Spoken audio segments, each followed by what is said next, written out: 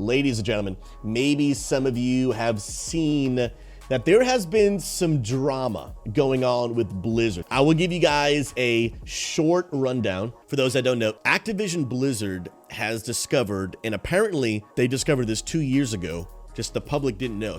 A lot of people don't know that this investigation going on has really started in the past 2 years, and it's just getting into the public eye now. So this problem didn't start now.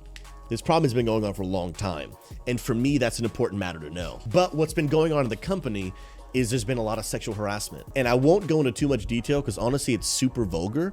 Like some of the information that they put out about Blizzard, some of it was almost like too much information, you know what I mean? But essentially, to give you guys just a small recap, and this is just the tip of the iceberg, there's been more information coming out, more and more and more and more, that just an immense amount of sexual harassment's been going on in the company, unfair treatment towards females doing the exact same jobs as men, but not getting paid nearly as much. And literally some of the higher ups of the company showing up to work, getting drunk, and then walking around the office and sexually harassing both verbally and physically the women in their offices. And so just horrific behavior coming from Blizzard.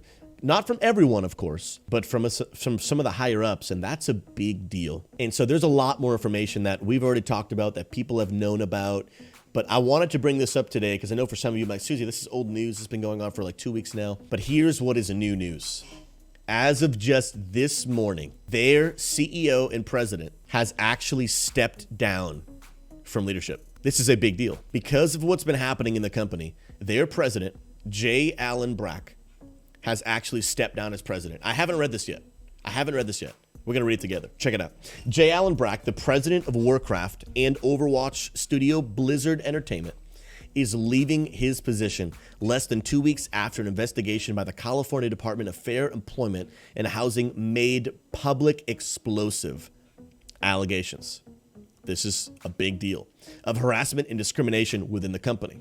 In a statement released by Blizzard, it's announced that Brack will be stepping down and will be replaced by a leadership team of Jen O'Neill and Mike Ybarra. I think they made it very, very intentional to have, instead of one CEO and one president, now they have a team. And if you notice, it is a male and a female. I think that was a very intentional move. I think it was a good move.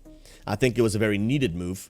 If people just put another man in leadership, I think people also would have had some gripes with that. So I think this is a bit of a PR move, but I think it's also a good move. This is the letter from J. Allen Brack, the now former president who stepped down from Blizzard.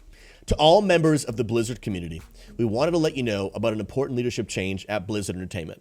Starting today, J. Allen Brack, who, by the way, just took over the company 2 years ago, which is unfortunate to be stepping down so soon, will be stepping down as the leader of the studio, and Jen O'Neill and Mike Ybarra will co-lead Blizzard moving forward. Jen joined Blizzard in January as Executive Vice President of Development, where she's been providing senior development leadership and support to the Diablo and Overwatch franchises. Jen is the former head of Vicarious Visions, which is now part of Blizzard Entertainment. After many years at Xbox, Mike joined the company in 2019 as the Executive Vice President and General Manager of Platform and Technology, where he's been overseeing the evolution of Battle.net and our development services and organization.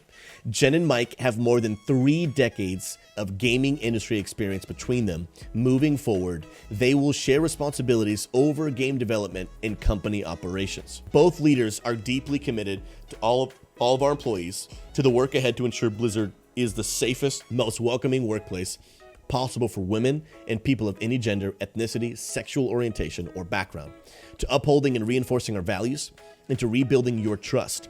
With their many years of industry experience and deep commitment to integrity and inclusivity, Jen and Mike will lead Blizzard with care, compassion, and a dedication to excellence. You'll hear more from Jen and Mike soon. So this was a letter from the president that he sent to the company, letting them know that he is stepping down. Obviously, the now former Blizzard president, J. Allen Brack. This is a big, big deal and a big, big conversation. And I do think it is a step in the right direction, but I think it's one of many steps that needs to take place. And so I've already gotten some messages from people today. I've already had a few people in chat say, hey, the president is stepping down. Welcome back to WoW. And I could definitely see why some people would say, hey, they're changing, right? They're making a change. They're not just talking about making changes, they're making changes.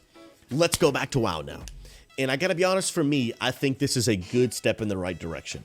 Even though J. Allen Brack, at least to my knowledge, was not a part of the sexual harassment, but it has come out that some of these people were aware and were not making the changes.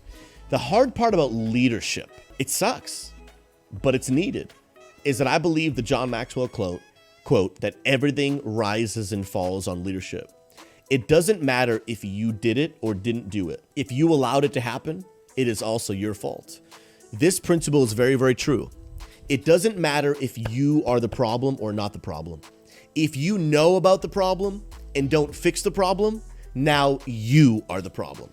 The problem is no longer the problem. Now you are the problem. And to see leadership knowing about not just like little bad things, but I mean toxic culture taking place and not taking the proper steps. And I'll be honest, it's easier said than done.